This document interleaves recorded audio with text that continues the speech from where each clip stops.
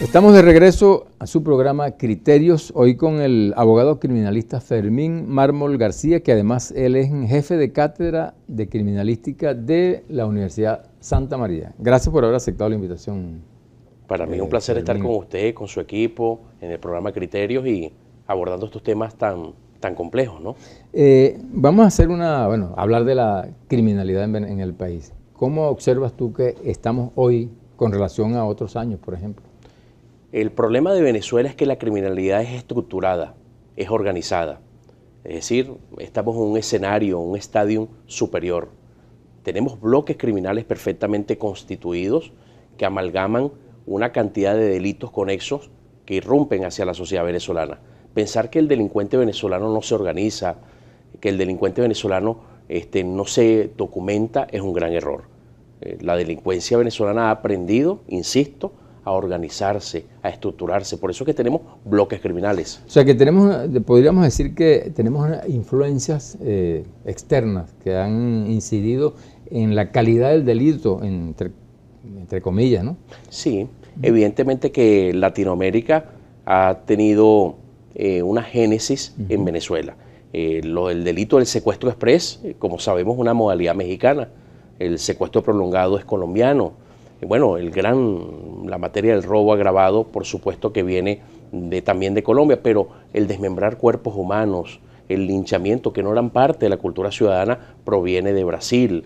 Esas cosas realmente nos preocupan porque, insisto, tenemos estructuras criminales que dificultan las políticas públicas contra el crimen y la violencia, el tener bandas criminales, pero también megabandas criminales, pero tener pseudosindicatos de la construcción, pseudosindicatos mineros, pero también tener colectivos armados y violentos, pero también tener el Frente Bolivariano de Liberación.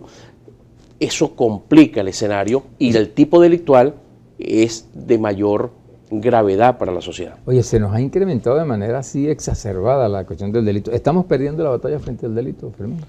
Al menos no la estamos ganando.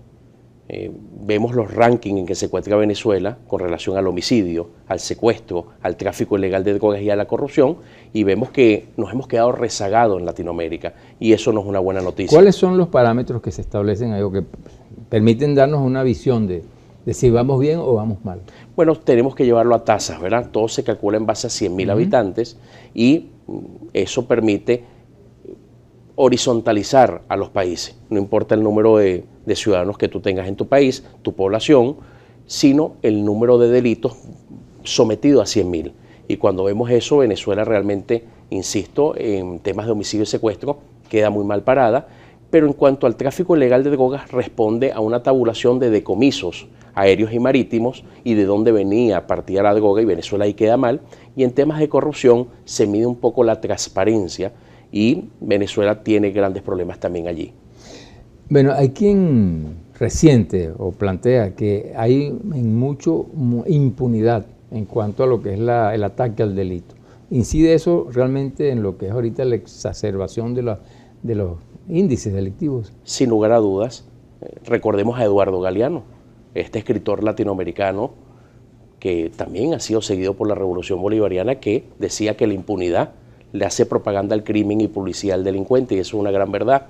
Cuando Eduardo Galeano se refería a eso, lo vemos en Venezuela. Si de cada 100 delitos a lo sumo castigamos 6 delitos, hay una juventud, una población que puede pensar que ser delincuente es una profesión rentable y de poco riesgo. Y esa es la ecuación que hay que romper. ¿Por qué detener a alguien cuando tiene 8 homicidios? ¿Por qué detener a alguien cuando tiene 12 secuestros? ¿Por qué no en el primer secuestro, en el primer homicidio? Esa es una tarea pendiente desde el punto de vista institucional por parte de Venezuela, en donde tenemos que lograr convocarnos a todos para prevenir el crimen, pero también para reprimirlo. Pero en esto hay que innovar. Tenemos que innovar tanto en la lucha contra el crimen, tenemos que... Parece que nos va ganando la delantera, ¿no? El crimen. Claro, por ejemplo, yo soy de los que propongo que el portal de los más buscados tenga difusión en los canales de televisión y que se establezca en Venezuela la recompensa económica, se premie a la ciudadanía. ¿Por qué? Porque si usted está contumaz en el proceso penal venezolano, porque está solicitado, si usted es un evadido de una cárcel, requerimos que la ciudadanía nos oriente en dónde se encuentra esa persona, con una recompensa que haga que hasta las propias personas que están a su alrededor lo vendan, entre comillas. Pero eso colide ahorita con lo que son las normas, ¿no? En Venezuela, que no puedes exponer a las personas. Nosotros creemos que no. Hemos hecho un estudio del Código Orgánico Procesal Penal con relación al rostro cubierto para las ruedas de reconocimiento. Pero cuando ya tú eres solicitado por la Administración de Justicia, no por la policía, por la Administración de Justicia, tienes una orden de captura en tu contra, porque te evadiste de la cárcel o porque no te quieres presentar al proceso penal, podemos requerir que la autoridad te localice, sepa de ti, nos informe y podamos capturarte. Y esa ciudadanía se premia. Por lo tanto, eso es innovar contra el crimen y la violencia. Vemos con frecuencia que desde la cárcel se dirige la mayor cantidad de delitos que se cometen en el país. ¿Cuál es tu criterio con relación a eso? Pues si ¿estamos haciéndolo bien con relación a las políticas carcelarias que tenemos en Venezuela o tenemos que cambiar las políticas carcelarias? Yo no quiero confrontar a las personas que erigen el Ministerio de Servicio Penitenciario. Yo quiero ser muy responsable y académico. Jamás podré apoyar a un funcionario público que le dé la espalda a la Constitución de Venezuela. El sistema penitenciario, por mandato constitucional, de manera taxativa, en su artículo 272, ordena la descentralización del sistema penitenciario. Cuando a mí alguien me pregunta si creo que las cosas se están haciendo bien, jamás podría decir que sí, porque sencillamente tenemos que rescatar en el país el cumplimiento del ordenamiento jurídico. Las leyes se hacen porque es un pacto social y tenemos que cumplirlo para ser un gran país. El sistema penitenciario venezolano al día de hoy, Germán, le da la espalda a la Constitución y no puede tener mi celebración. Número dos, que tenemos que sincerar. Hubo una funcionaria de ese ministerio de jerarquía intermedia que dijo que no hacía falta modernamente la clasificación de los presos por delitos.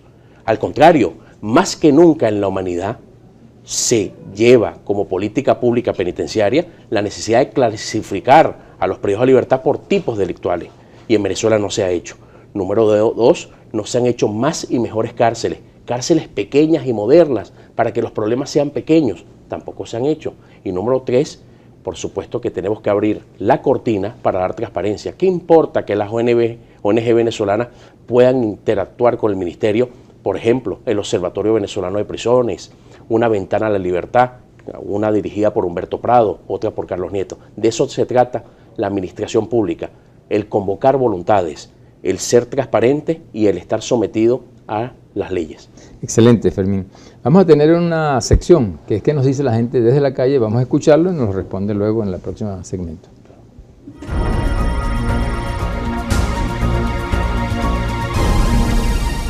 Que si el CICPC cuenta con los funcionarios necesarios para combatir la inseguridad. Cómo se está combatiendo el delito del secuestro, ya que es uno de los delitos más comunes hoy día. Excelente, vamos entonces a el otro, es que, oye, ¿por qué no seguimos con Fermín?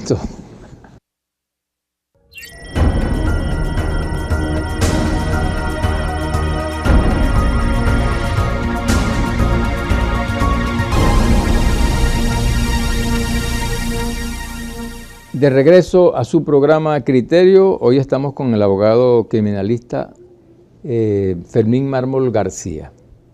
Fermín, te hicieron unas preguntas desde la calle. Sí, la joven preguntó por la Policía Científica Venezolana, el CICPC.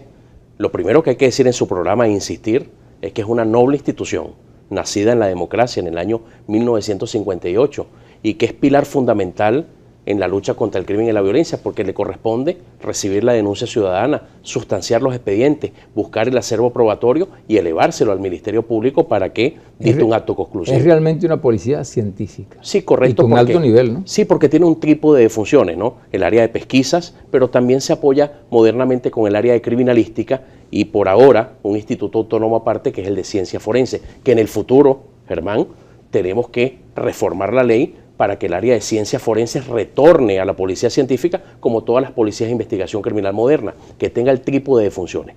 Pero es una noble institución que hoy día lamentablemente tiene un déficit del 300% de funcionarios dedicados a labores de investigación. O sea, que debería tener, ¿cuántos funcionarios? 30.000 hombres, es decir, un policía de investigación criminal por cada 1.000 habitantes, en un país de 30 millones de habitantes, tener muy robusto el área de pesquisas, pero por supuesto el área de criminalística y ciencia forense. Y en este momento cuenta con cuántos. No llega a 7.000 hombres que verdaderamente estén en labores de investigación criminal, porque no puede sumarle los que están en funciones administrativas, funciones de comando, sino los que realmente están sustanciando expedientes y saliendo a la calle a cubrir inspecciones oculares, levantando planimetrías, balísticas. Es así. Más allá de incluso de las descalificaciones que ha habido contra la misma, el 6CPC, ¿no? Antes PTJ. Yo creo que el comisario general Douglas Rico, el actual director del 6CPC, ha hecho una muy buena gestión.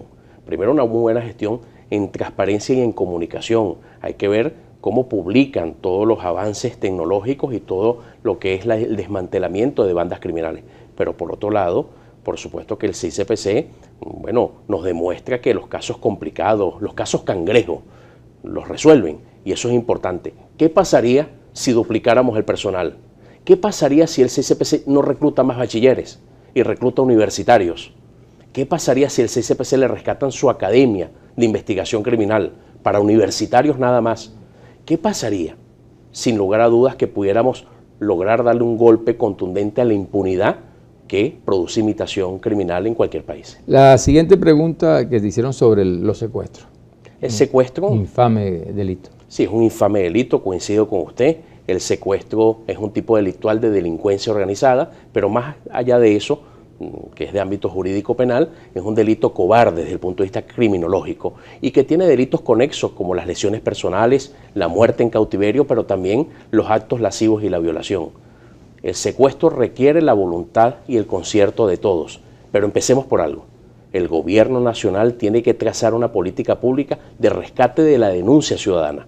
Campañas muy robustas de radio y televisión conquistando la denuncia ciudadana, dando la presta operacional a las unidades élites de antiextorsión y secuestro de la Guardia Nacional, del 6CPC y también del Ministerio Público para que la gente pueda vivir lo que vivieron los colombianos con el sistema Gaula que nace allá en 1997 y que vale la pena ver lo positivo del sistema Gaula que aún está vigente y ver qué podemos traer a Venezuela, porque la lucha contra el secuestro tenemos que ganarla porque se carterizó una industria criminal que trabaja con moneda dura y eso no puede ser que haya delincuentes haciéndose de dólares, de euros y fortaleciéndose. ¿Qué hacer? Porque en realidad el secuestro ha sido un delito que se ha extendido y lo opera con muchísima facilidad prácticamente, ¿no? El secuestro se gana con dos herramientas, Germán. Labores de inteligencia que son costosas y que necesitas mucho apresto operacional y mucho personal. Y número dos, el concurso de la ciudadanía. Mientras que tengamos una ciudadanía que no confía en las instituciones, pero por otro lado, unas instituciones rebasadas por el crimen desde el punto de vista de personal y tecnología, la lucha va a ser desigual. Sí se puede ganar la lucha contra el secuestro y la extorsión. He conversado con ex jefes de antiextorsión y secuestro en esto de modelar políticas públicas para el futuro y nos tienen elementos de convicción y aportes que han hecho para las políticas públicas de que sí podemos empezar a bajar la tasa que tenemos en Venezuela de secuestro, que nos lleva a estar dentro de los 10 países con más secuestros de todo el planeta con fines económicos. Y bien vale la pena comprender que el secuestro aleja la inversión, aleja la tranquilidad, aleja el turismo. Con relación a las penas que se imponen a los que delinquen esta cosa tan tremenda y horrenda, es decir, ¿cómo está eso con relación a lo que pueden ser penas en otros países? Excelente pregunta, Germán, para clarificar a la ciudadanía. Por tema constitucional, por hacer algo de rango constitucional, la pena máxima en Venezuela es de 30 años.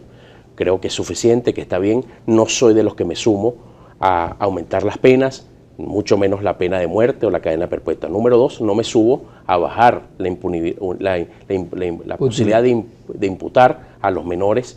No hace falta en Venezuela. Lo que hace falta es que la pena que acuerde un juez se cumpla. Voy a dar un pequeño ejemplo de manera rápida. Un linchamiento que hubo en Los Ruices el año pasado. Hubo la detención de unas personas que lincharon, usaron un acelerante tipo gasolina, prendieron a un ser humano que falleció. Lo penaron a 6 años.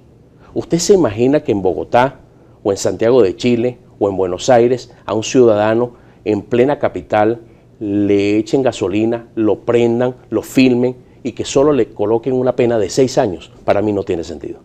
No hay penas ejemplarizantes en el país, para no hablar de casos como el de Wilmer Brizuela, para no hablar de ese caso que no sé cómo tenía un beneficio de confianza tutelada. Llamado Wilmito, que llamado Wilmito, y estaba en una playa en Porlamar, mientras que la ex juez superior penal del Estado Bolívar, Mariela Casado, se encuentra en el exterior preocupada por su seguridad, por la de sus hijos, porque Wilmito ordenó el asesinato de ella y como su hermana cargaba el vehículo, mataron a la hermana.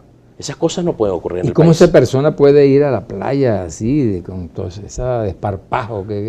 ¿Qué ocurre en este país? Bueno, que abusamos de los beneficios procesales. Hay una gran corruptela en el país, realmente que no tiene sentido. Las personas tienen que cumplir sus penas.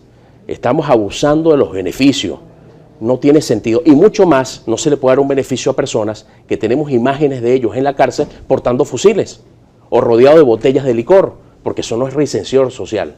Entonces, la respuesta precisa, Germán, es que tenemos que lograr que las penas sean ejemplarizantes en un sistema penitenciario moderno, con mucha tecnología, que clasifique a los privados de libertad. Que sepan que eso no es un paraíso, no es una discoteca, no es un aliviadero, que es un sitio donde lamentablemente vas a estar sometido con rigurosidad a unas nuevas normas, a unos nuevos conceptos.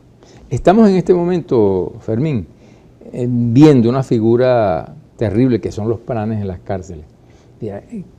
¿Cómo surge esa cuestión y qué hacer? Porque son los dueños prácticamente de la seguridad incluso de las cárceles, ¿no? Criminológicamente es interesante lo que usted ha planteado, ¿no? Imagínese un conjunto de seres humanos en un depósito, sin normas y sin autoridad. De manera humana apelamos a lo irracional, a lo que pertenece a nuestra especie, el liderazgo. Entonces, de forma mamífera, va a venir un jefe de manada, el más fuerte, y se impone. Y ese más fuerte sabe que no solo se impone su voluntad, sino que puede sacarle provecho económico. Y surge la figura del PRAN. Cada uno de los que está privado de libertad, a mí y a mi organización, nos van a pagar algo que se llama la causa. Y usted, semanalmente, me tiene que pagar su tranquilidad aquí. Es parte de las aberraciones que tenemos en nuestras cárceles en este momento. Es parte de las aberraciones que tenemos que corregir, y yo invito a que, insisto, cumplamos la Constitución. Número 2, invitemos a las ONG. Número 3, convertamos el sistema penitenciario en una institución manejada por penitenciaristas, porque lo más grave, y con esto termino, Germán, el sistema policial venezolano es un sistema paralelo a las cárceles, con más de 40.000 privados de libertad que no tienen comedores, ni canchas deportivas, ni baños. ¿Cómo es posible que esos 40.000 privados de libertad estén en sedes policiales cuidados por policías que no son penitenciaristas? Vamos a un corte comercial y regresamos nuevamente hablando de estos temas tan interesantes que nos están dando a toda la población venezolana.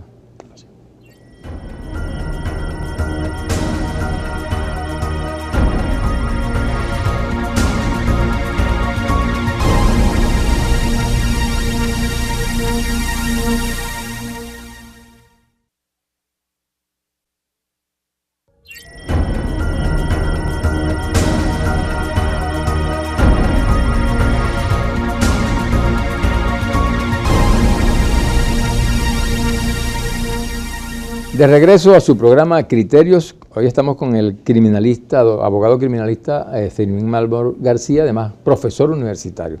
Fermín, retomando un poco la situación de secuestro, porque es una cuestión importante que tenemos que decirle a la colectividad, al país. ¿Qué tiene que hacer o qué debe hacer una familia que le secuestre un familiar, una persona? Es decir, ¿a dónde dirigirse? ¿Qué hacer? ¿Cuáles son los mecanismos que tiene que utilizar para preservar la vida de su familiar? Lo que voy a decir en su programa, Germán, quiero que lo comprenda quien nos está viendo. Pongo mi seriedad en esta mesa. Tenemos que confiar en las instituciones de Venezuela. Si yo transitara un lamentable episodio como el secuestro, no dudaría en que, por un lado, algún familiar mío empieza el proceso de conversaciones con los secuestradores, porque ese es nuestro derecho natural, que está por encima del derecho positivo. Nuestro derecho natural de procurar que nuestro familiar retorne al hogar sano y salvo.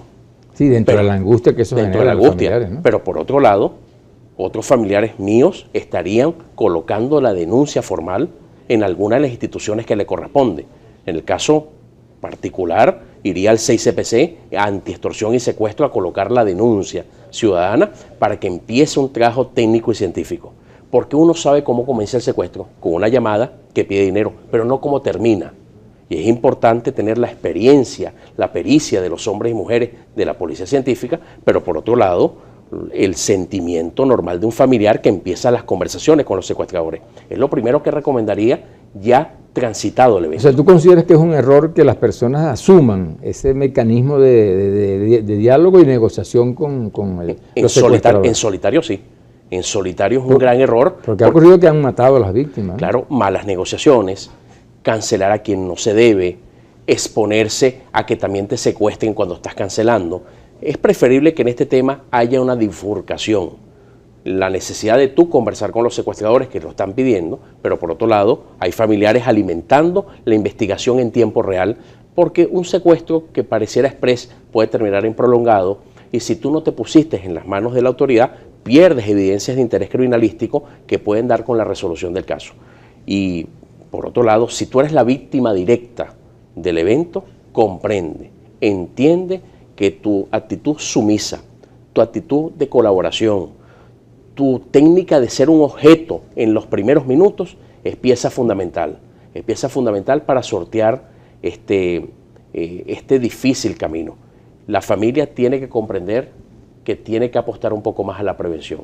Estamos en momentos, Germán, claro, que es necesario restringir parte de nuestras libertades individuales. Hemos dicho en su programa, bueno, que las instituciones necesitamos fortalecerlas. El déficit de policías uniformados es del 100% en Venezuela, que nos cuidan en calles, avenidas, plazas y parques. No tenemos una fuerza policial en patrullaje en el país que requerimos, vista la población. Si eso es cierto y el delito realmente está desbordándose, tú tienes que comprender que tienes que estar informado, restringir parte de nuestras libertades individuales. Alguien dice, ¿qué hay que dejar de divertirse? No, tienes que cambiar la forma de divertirte. Exacto. Ahora, estos son bandas, sin duda alguna, pues con mucha experticia, ¿no? Y muy organizadas. O sea, ¿cómo atacar esa organización delictiva que muchas veces, sabemos, tiene incorporado a elementos, incluso de los cuerpos de seguridad del Estado, que están de alguna manera también enturbiando por lo que sería el buen nombre de cualquier institución de seguridad? Jamás vamos a poder golpear las estructuras del crimen si no incentivamos, insisto, la denuncia ciudadana. Y número dos, si como Estado no comprendemos que las instituciones tienen que responder al estándar internacional. Necesitamos dinero y no hay dinero, Germán. ¿Qué podemos hacer? Reduce el gasto militar para reorientar el dinero al tema preventivo y de represión en el ámbito jurídico penal. De lo contrario, no vamos a poder reducir las tasas. Veamos qué hizo la Administración de México previo a Peña Nieto con Felipe Calderón, sus aciertos y desaciertos, o lo que hizo la administración en Colombia con el Plan Colombia y después el Plan Seguridad Democrática, con sus aciertos y desaciertos, pero también lo que se hizo en Brasil con Cardoso y después con el propio Lula da Silva en su primera administración. ¿Cómo pudieron reducir la tasa del crimen y la violencia? ¿Cómo lo hicieron? Primero convocando a las iglesias de los distintos cultos, a las ONG, a los gremios de las universidades, para lo que es el aspecto preventivo. Hay que incorporar a la ciudadanía en el combate al delito, por ejemplo, ¿no? El tema del desarme. ¿En dónde entregaban las armas de fuego en Brasil? En los templos religiosos. Y se entregaba la dotación por parte del gobierno, línea blanca, línea marrón, o dinero directamente al ciudadano que había entregado el arma de fuego.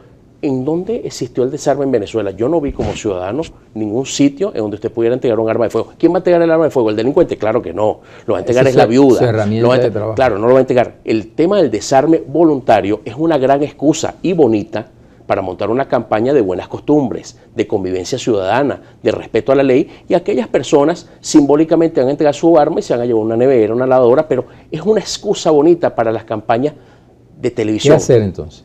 Yo creo que está haciendo falta en Venezuela, con honestidad, comprender que es el momento de dejar los discursos ambivalentes, los discursos ambiguos. Hablamos de desarme, pero hablamos de armar a los barrios contra el imperio. Esos son discursos ambiguos. Eso fue en el plan Zamora 200, en enero. Gracias a Dios que en el plan de seguridad que llamaron campaña Carabobo 2021, realmente se olvidaron de armar a las barriadas y hablaron del plan cultural y deportivo. Ha habido en Venezuela alrededor de 22 planes de seguridad hasta hoy, en este periodo del 2000 para acá. ¿Cuáles han sido los resultados, a tu criterio, con relación a esa o eficiencia de esos planes de seguridad? Si comparamos el éxito que han tenido las empresas privadas, de cualquier índole, un equipo de béisbol de Grandes Ligas, un equipo de primera división de fútbol o una petrolera, nos damos cuenta que el éxito que tienen las empresas, sean públicas o privadas, es la continuidad. Necesitamos que los ministros, rectores de la seguridad, duren más tiempo en su cargo, igual que los directores de las policías nacionales que pueda tener el país, sea CICPC o la PNB. El gran problema que hemos tenido en seguridad ciudadana es que en 18 años hemos tenido 16 rectores de la seguridad y cada rector de la seguridad trae su propio equipo y retira el anterior, y cada rector de la seguridad hace su propio plan de seguridad.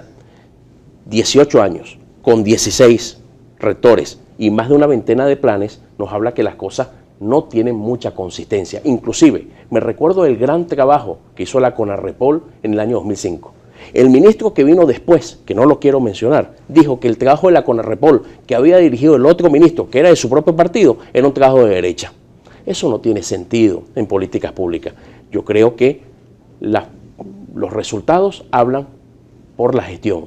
Los resultados en seguridad ciudadana son muy escuetos, no nos sentimos seguros, y es muy triste que en una encuesta de victimización realizada por el Observatorio Venezolano de la Violencia y Paz Activa, hace tiempo atrás, diga que el 76% de los venezolanos no se sienten seguros ni en su propia casa.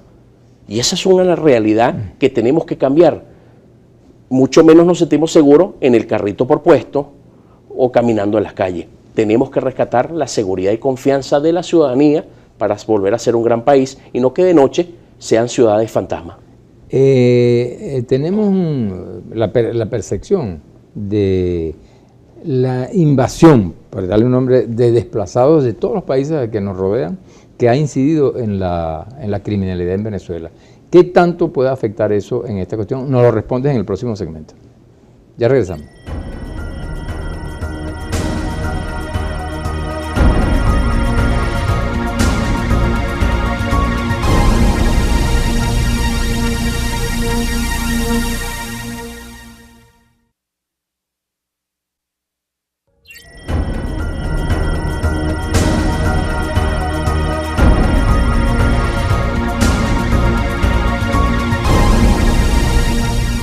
De vuelta a su programa Criterios. Hoy estamos con el abogado Fermín Mármol García y habíamos dejado una pregunta en el aire.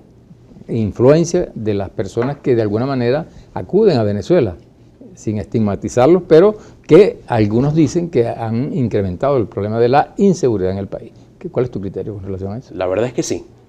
Ciertamente los extranjeros que han venido a Venezuela desde el inicio del siglo XXI han influido, han impactado en los índices de criminalidad.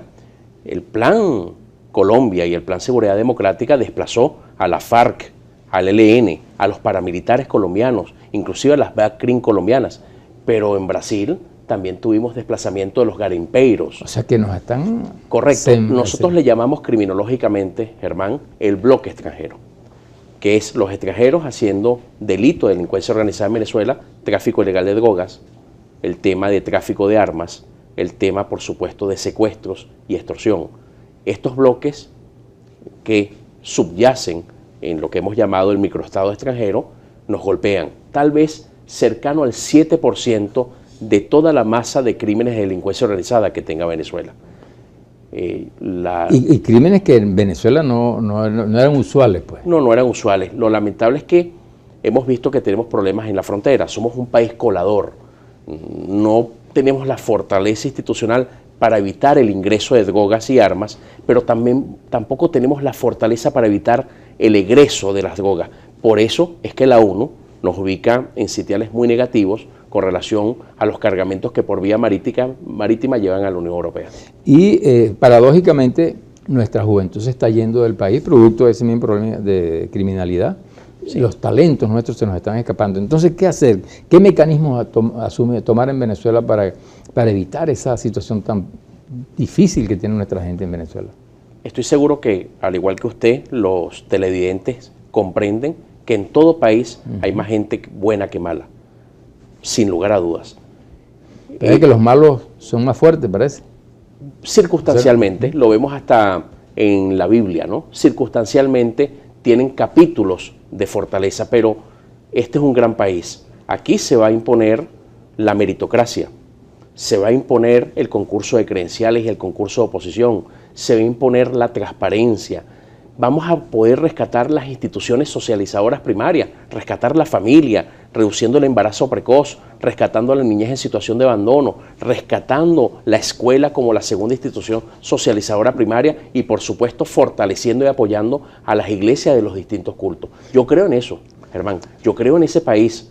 Yo creo que hay muchísima gente del gobierno inclusive, porque hay gente buena en el gobierno, porque son venezolanos también, de la oposición, los intermedios. Hay mucha gente valiosa en este país que está dispuesto a un mejor país, a una mejor sociedad. En eso están todos los venezolanos de bien, que quieren que verdaderamente entre todos echemos adelante este país. Ahora vamos a volver un poco a la cárcel, ¿no? Sabemos que desde la cárcel se controlan y se dirigen prácticamente la mayoría de los delitos. Hubo una ley, pues, Sí. que lo hicimos y fue aprobada por unanimidad.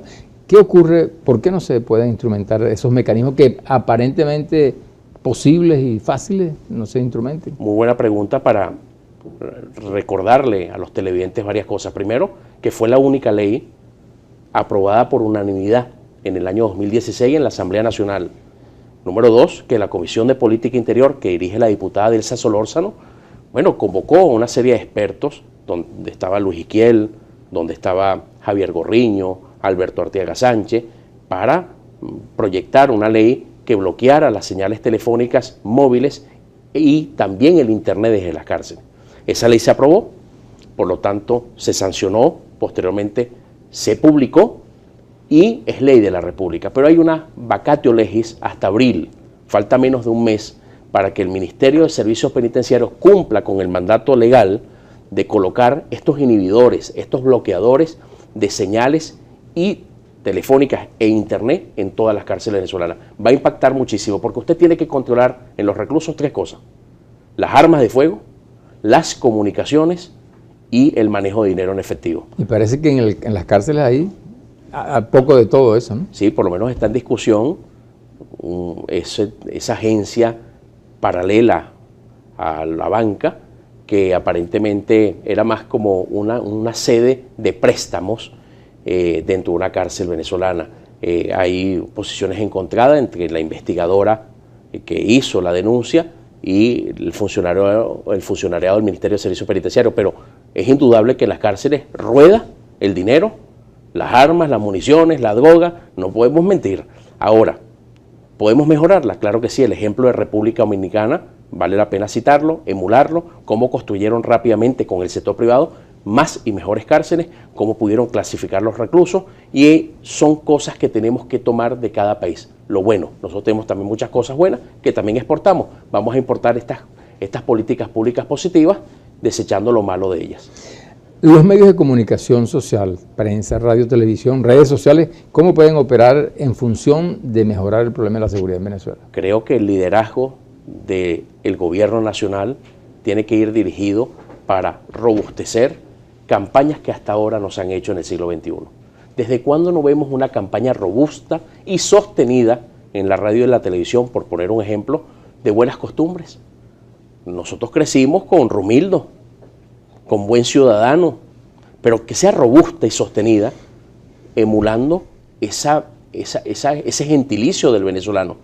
Campañas de buenas costumbres, de convivencia ciudadana, que nos puedan colocar un sketch, una simulación de una conducta bonita y bombardear esas buenas costumbres.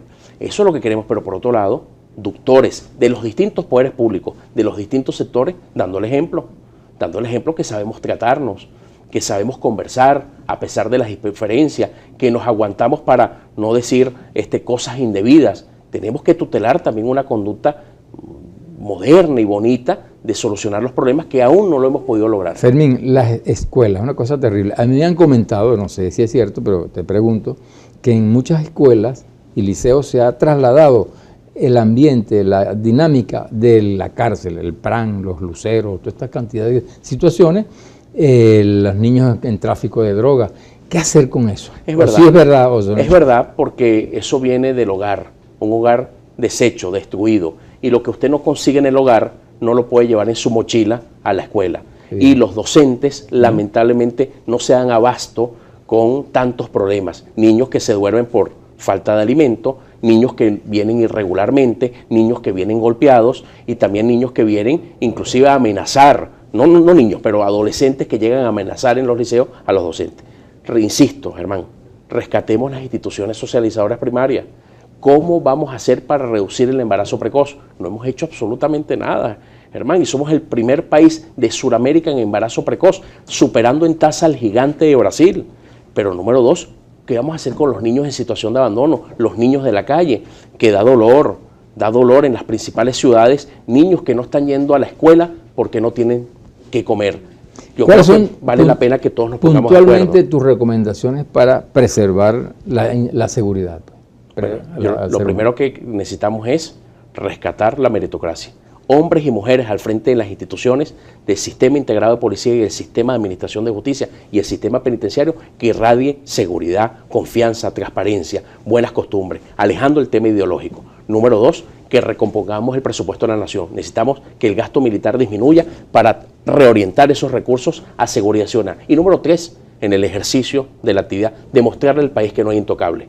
Que tú te puedes vestir de blanco, amarillo, rojo, verde. Si tú violas la ley vas a ser perseguido. Si tú piensas que por estar en un colectivo armado y violento o por ser PRAN vas a estar por encima de la institucionalidad, te equivocas porque te vamos a perseguir. Una reflexión final, muy breve. Este es nuestro país. Fue el país de nuestros padres, es el país de nuestros hijos. Vamos a trabajar todos por el país. Por favor, comprendamos que bien vale la pena conversar y dialogar sobre los problemas del país. Pero siempre la solución estará respetando la Constitución y las demás leyes que hacen vida en Venezuela. Muchísimas gracias, Fermín. No, de verdad que fue un Germán, placer para nosotros haberte tenido aquí. Gracias.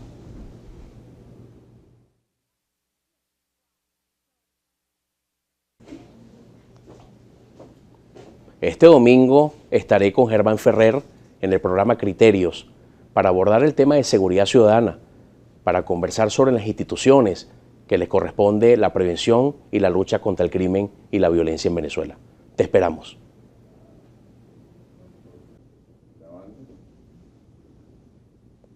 Es lamentable que la impunidad permita que muchos de los que delinquen regresen a la calle a reincidir en sus fechorías. El trabajo de las policías, la fiscalía y los tribunales se anula cuando el transgresor obtiene desmedidos beneficios y lenidad absoluta en las cárceles venezolanas, convertidas en espacios donde el delito adquiere su máxima expresión. El ciudadano de bien, aquel que trabaja y quiere seguir viviendo en su país, necesita de un Estado que garantice su tranquilidad. Y la persona que comete un delito debe tener una respuesta frontal y acorde a lo que establezcan las leyes vigentes en la nación. Venezuela necesita de un gran acuerdo nacional para enfrentar el flagelo de la inseguridad que desangra al país y agrede la paz social, porque la seguridad personal es un derecho que tenemos todos los ciudadanos del mundo. Policías, fiscales del Ministerio Público, jueces y la Contraloría Social deben hacer causa común en la titánica tarea de hacer posible que los venezolanos puedan recobrar la tranquilidad y volver a creer en sus instituciones. Hemos llegado al final de su programa Criterios. Será hasta el próximo domingo a esta misma hora. Tengan todos un feliz día. Y recuerden que en Globovisión nos vemos todos.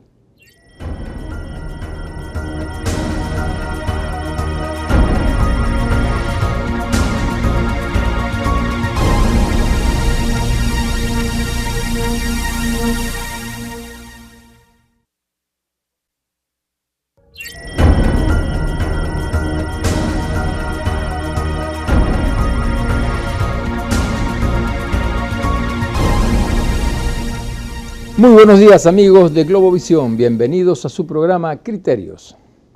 El flagelo del delito cada día gana terreno en el planeta, producto de diversos factores culturales, sociales, políticos y económicos, y en Venezuela se ha convertido en una verdadera y constante amenaza contra todas y todos los ciudadanos, ya que atenta contra propiedades y bienes y de manera peligrosa contra la paz ciudadana, sin importar clase social ni condición política de las víctimas. En consecuencia, en nuestro país se han creado reconocidos y eficientes cuerpos policiales que con la rectoría en la prevención del delito, el Ministerio Público provisto de mujeres y hombres capaces, bien entrenados y con el uso de modernas tecnologías pueden descifrar los más complejos delitos para atacar, descubrir, perseguir y detener los culpables. Por ello es necesario articular con un poder judicial que actúe de manera eficiente, así como la presencia de un sistema carcelario hoy contaminado con la terrible figura del pranato, que cumpla con su misión de regenerar a quienes caen en las redes delictivas e incorporarlos de manera productiva a la sociedad, que permita crear políticas públicas de seguridad y respeto a los derechos humanos. Venezuela experimenta desde el siglo pasado una expansión de la criminalidad en mucho como resultado. No, vamos a empezar ahí. Acuérdate que había que cambiar de ahí en gran medida como eso. Venezuela experimenta desde el siglo pasado una expansión de la criminalidad en gran medida como resultado del desarrollo de una sociedad altamente desigual que en los últimos meses en las principales capitales del país se ha exacerbado de manera alarmante, lo que ha incrementado la cantidad de víctimas ocurridas producto de la violencia que en estos últimos 18 años alcanza una escalofriante cantidad de fallecidos, no obstante la implantación de 22 planes de seguridad conducentes a detener el delito y a ofrecer con ello tranquilidad a la población que, sin embargo, tiene la sensación de que cada día somos más vulnerables a la terrible experiencia de estar inmersos en una tragedia que involucra la violencia criminal. Esto ha hecho que compatriotas, muchos de ellos jóvenes talentosos, se hayan ido... Un momentico, vamos a empezar. Sí, está perfecto.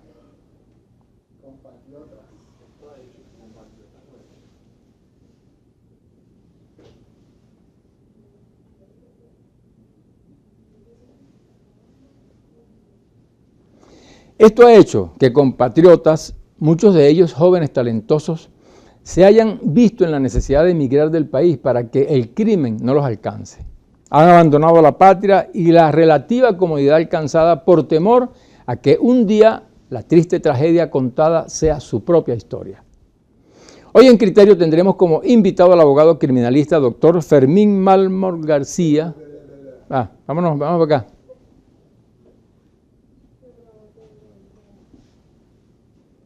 ¿De dónde comienza, Dona? Ahí mismo, igualito.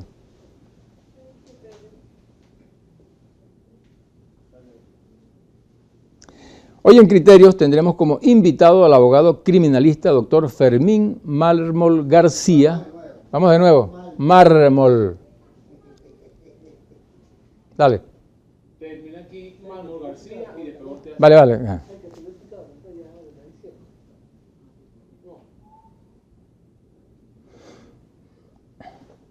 Hoy en Criterios tendremos como invitado al abogado criminalista doctor Fermín Mármol García, con quien estaré conversando sobre la realidad del crimen organizado en el país y las distintas formas de prevenir la violencia. Es que no veo el punto ahí. Vamos a empezar de nuevo.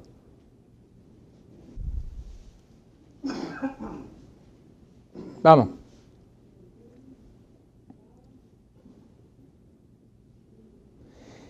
Hoy en Criterios tendremos como invitado al abogado criminalista doctor Fermín Mármol García, con quien estaré conversando sobre la realidad del crimen organizado en el país y las distintas formas de prevenir la violencia. Ya regresamos.